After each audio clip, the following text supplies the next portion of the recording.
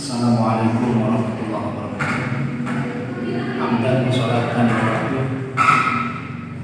mahasiswa yang saya hormati, alhamdulillah pertemuan kali ini kita diberikan sehat walafiat semuanya. Mudah-mudahan Allah Subhanahu wa taala memberikan kesehatan terus kepada kita. Amin amin ya rabbal alamin. Baik, kita akan melanjutkan pembelajaran pada pengembangan kurikulum, pengertian kurikulum. Kompetensi dasar adalah mahasiswa memahami konsep dasar pengembangan kurikulum. Indikator pembelajaran, mahasiswa mampu membedakan inovasi kurikulum dan pengembangan kurikulum. Menjelaskan ruang lingkup mata kuliah pengembangan kurikulum. Selanjutnya menjelaskan manfaat mata kuliah pengembangan kurikulum. Tujuan perkuliahan adalah mahasiswa mampu membedakan inovasi kurikulum dan pengembangan kurikulum. 2. Mahasiswa menjelaskan ruang lingkup mata kuliah pengembangan kurikulum. Yang ketiga, mahasiswa menjelaskan manfaat mata kuliah pengembangan kurikulum. Langkah-langkah pembelajaran. Pertama, dosen memberikan penjelasan pentingnya kurikulum dalam aktivitas pendidikan. Kemudian, dosen memberikan penjelasan tujuan perkuliahan. Ditempuh dengan metode ceramah pembelajarannya. Kemudian, dosen mengeksplorasi pengetahuan, pemahaman, pengalaman mengajar di kelas tentang inovasi dan pengembangan kurikulum. Metodenya menggunakan tanya jawab dan ceramah. Dosen membagi kelas menjadi beberapa kelompok. Setiap kelas terdiri dari 4 orang anggota. Kegiatan pembelajaran, mahasiswa membaca teks materi isi yang telah dibagikan oleh dosen.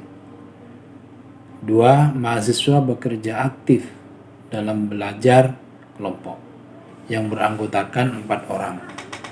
3. Dosen menjelaskan materi pembelajaran dengan materi PowerPoint dan proyektor. 4. Dosen memberikan kesempatan kepada mahasiswa untuk bertanya. Proses pembelajaran yang kita akan lalui selama pembelajaran di kelas. Baik, kita ke isi. Pengembangan kurikulum. Yang pertama, sebelum kita membahas tentang pengembangan kurikulum, adalah inovasi. Karena inovasi itu ada kaitan erat dengan pengembangan kurikulum. Makna inovasi adalah sesuatu yang baru dalam situasi tertentu yang digunakan untuk menjawab atau memecahkan suatu permasalahan.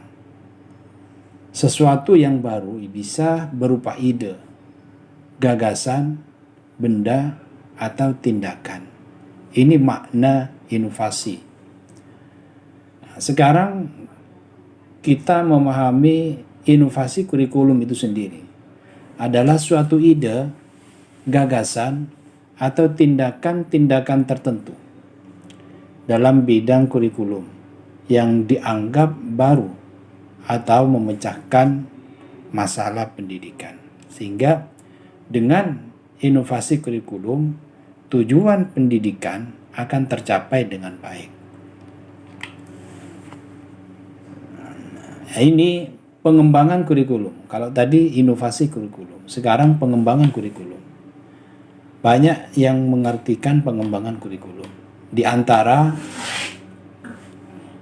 pengertian kurikulum adalah kegiatan menghasilkan kurikulum pada tingkat satuan pendidikan atau proses mengaitkan satu komponen di sekolah dengan yang lainnya untuk menghasilkan kurikulum yang baik.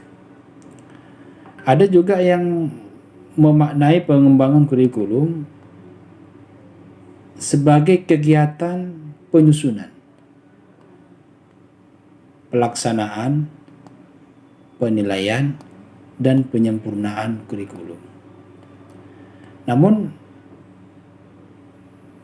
menurut Zeiss bahwa makna pengembangan kurikulum itu adalah proses penyusunan dan implementasi kurikulum itu sendiri. Hakikat pengembangan kurikulum. Hakikat pengembangan kurikulum ini yang pertama, proses penyusunan kurikulum atau disebut dengan planning atau juga perencanaan kurikulum. Yang kedua, proses pelaksanaan, application atau actuating. Yang ketiga, proses penilaian kurikulum, evaluating. Dan yang keempat, yang menjadi hakikat pengembangan kurikulum adalah penyempurnaan kurikulum itu sendiri. Ruang lingkup mata kuliah pengembangan kurikulum. Yang pertama, hakikat pengembangan kurikulum itu sendiri. Yang kedua, model-model pengembangan kurikulum. Yang ketiga, prinsip dan pendekatan pengembangan kurikulum. 4. Landasan pengembangan kurikulum. Kelima, proses dan kegiatan pengembangan kurikulum. Keenam, aspek-aspek pengembangan kurikulum. Dan ketujuh, pengembangan kurikulum berbasis kompetensi, KTSP dan K13. Nah, ini nanti kita akan jelaskan. Kemudian peran guru dalam pengembangan kurikulum. Manfaat mata kuliah pengembangan kurikulum. Bagi guru memiliki kemampuan penyusunan perencanaan kurikulum. Yang kedua, menyelaraskan kurikulum. Ketiga, mengembangkan kurikulum. Keempat, meneliti kurikulum.